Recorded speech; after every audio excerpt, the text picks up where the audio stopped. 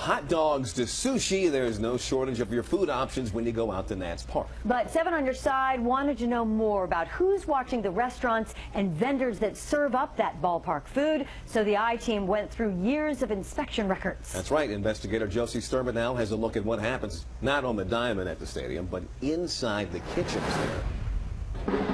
There's a certain rhythm to baseball, outside the park and in.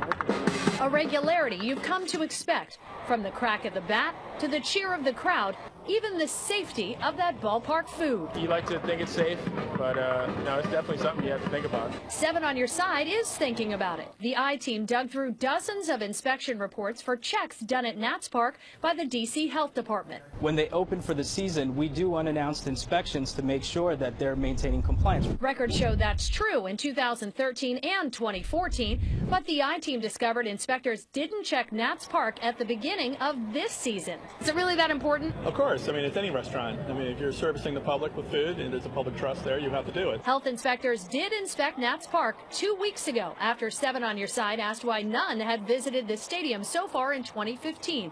Dr. Rick Mehta with the department says that inspection was scheduled in advance months ago. And he says the restaurants and vendors inside should be hitting home runs with food, health, and safety no matter when inspections are done. Compliance is a around-the-clock thing. They can't wait for the Department of Health to make sure they stay in compliance. 7 on Your Side found no restaurants or vendors with serious enough compliance issues to warrant a closure in the last 3 seasons.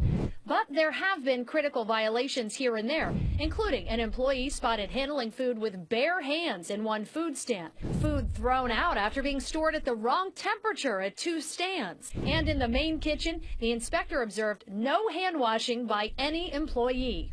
They're going to hear the term critical violation. Should they be alarmed? Well, here's the thing. When we do have a critical violation, we make sure we work with the business that they maintain compliance. If they don't maintain compliance and they reach a certain number of critical violations, we will close them down. That has not happened at Nats Park, according to inspection records we have from the last 3 years.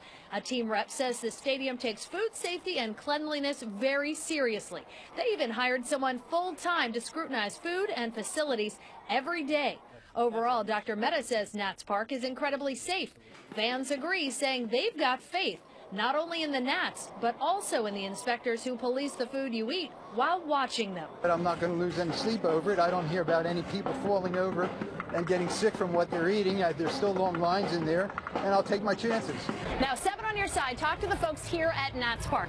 They tell me that in addition to the team hiring a full-time sanitation manager, their food service partner also pays a third party to go into the ballpark and do unannounced inspections just like the health department. And speaking of the health department, their reps tell me they will be back in the ballpark looking at the vendors and restaurants again before the boys of summer are done for the season. At Nats Park, Josie Sturman, ABC 7 News.